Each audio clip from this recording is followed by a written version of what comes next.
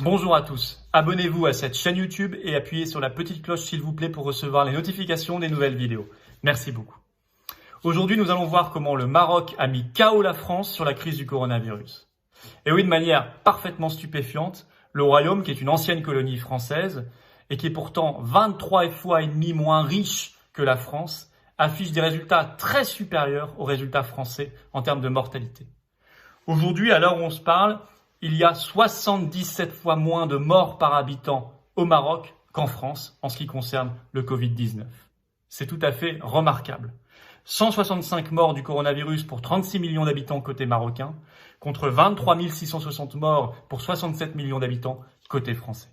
Alors qu'est-ce qui peut expliquer une telle différence de réussite sur le coronavirus entre le Maroc et la France? Eh bien, ce sont d'abord des principes qui sont ceux de l'efficacité, de la souveraineté et de la liberté par rapport au lobby pharmaceutique. On va le voir de manière très concrète, très détaillée, et on verra ce qu'il faut d'urgence faire en France pour rattraper la situation. Principe, je vous le disais, d'anticipation, d'efficacité. Et oui, le premier cas de coronavirus au Maroc date du 2 mars dernier. Eh bien, figurez-vous que seulement 14 jours plus tard, le 16 mars, le Maroc ferme l'intégralité de ses écoles, collèges, lycées. Et seulement 18 jours plus tard, le 20 mars, il met en confinement général sa population. Je vous rappelle qu'en France, le premier cas de coronavirus sur le territoire national, c'était le 24 janvier. Et que 43 jours plus tard, le 7 mars, je suis sûr que vous vous en souvenez, le président Macron et son épouse Brigitte paradaient fièrement devant toutes les caméras de télévision du pays en montrant qu'ils se rendaient au théâtre à Paris. Et donc appelaient les Français à continuer à vivre normalement et notamment à se rendre dans des lieux aussi bondés que les théâtres, alors même que l'épidémie était déjà en train de progresser de manière fulgurante dans notre pays. Efficacité, anticipation, ça s'est vu aussi sur les masques. Alors, sachez qu'au Maroc, il n'y a jamais eu le mensonge d'État qu'on a connu en France. Jamais on a dit aux Marocains que le masque ne servait à rien ou que les habitants étaient incapables de le porter.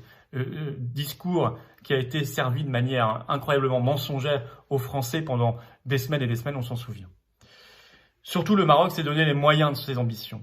Il a rendu le port du masque obligatoire à l'extérieur le 7 avril, ce qui n'est toujours pas le cas en France. Et pour y parvenir, il s'est mis en situation de production maximale, de mobilisation générale, de vraie économie de guerre, ce que n'a jamais fait la France.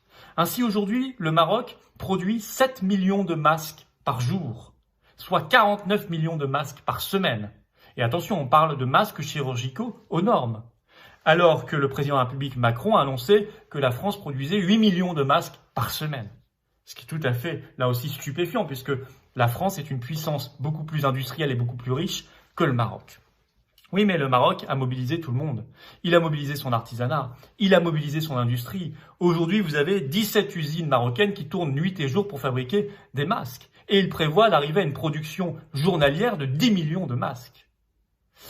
Dans le même temps, le Maroc a fait le choix de ne pas se fier simplement aux importations chinoises, ce qui a été la stratégie française et d'autres pays industrialisés. Ce qui fait que nous, aujourd'hui, on attend encore les fameux masques chinois qui n'arrivent pas. On a mis notre destin dans les mains de quelques gros conglomérats chinois, ce qui était une erreur. Il fallait se prendre en main, ce qu'a fait le Maroc. Ce qui fait qu'aujourd'hui, dans n'importe quelle épicerie marocaine, vous trouvez des masques à vendre, seulement 7 centimes d'euros l'unité.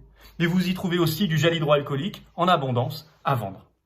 Je vous rappelle qu'en France, moi je l'ai vu, vous trouvez des masques en vente libre à 8,50 € l'unité ou à 10 € l'unité.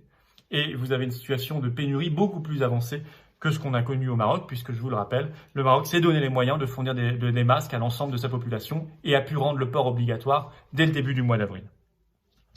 Souveraineté. Alors là, ça s'est vu clairement sur les frontières. Dès les 15 premiers jours de son épidémie, le Maroc a fermé l'intégralité de ses frontières nationales. La France, je vous l'ai dit, ne l'a jamais fait, ne le fait toujours pas et n'a pas prévu de le faire pendant le déconfinement après le 11 mai. Nous avons même appris hier par la bouche du Premier ministre Édouard Philippe que pendant le déconfinement, on allait rétablir en quelque sorte des frontières entre départements et régions françaises puisqu'on n'aura pas le droit de se déplacer de plus de 100 km par rapport à son lieu de domicile. Mais il n'a pas parlé des frontières nationales. Elles seront toujours ouvertes. Ce qui fait que concrètement, pendant le déconfinement, il sera plus facile d'aller de Berlin à Paris que de Paris à Lyon. Voilà ce que c'est que d'être un pays qui n'est pas souverain. Et je vous disais, autre principe d'action qui fait toute la différence, c'est la liberté la liberté par rapport au lobby et bien sûr au lobby pharmaceutique. Et oui, le Maroc a été le premier pays au monde à faire le choix du protocole Raoult, hydroxychloroquine, azithromycine.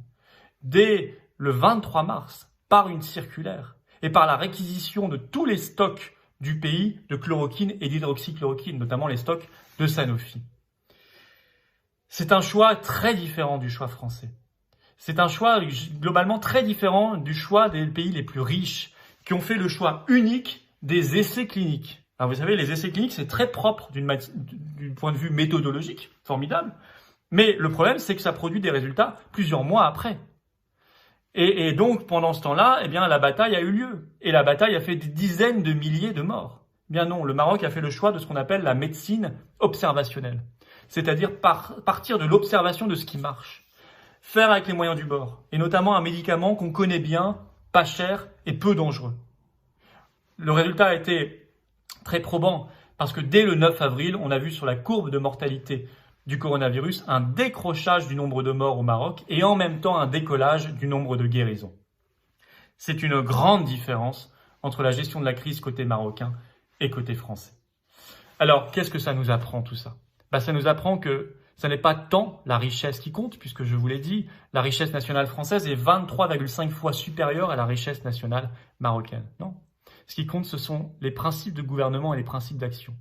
Si vous avez l'anticipation, l'efficacité, la souveraineté et la liberté par rapport au lobby, alors vous avez des résultats très supérieurs aux pays qui sont dans le mensonge, qui sont dans la soumission et qui sont dans l'incapacité de se projeter dans l'avenir, comme ce fut le cas du gouvernement français et comme c'est malheureusement le cas de l'État français depuis qu'il n'est plus souverain, notamment à cause de l'Union européenne. Ces principes d'action que j'appelle principes de salut public, nous les défendons aux Patriotes, mouvement politique que je préside et que je vous invite vraiment à rejoindre. Le lien pour nous rejoindre est dans la description sous cette vidéo. Merci beaucoup.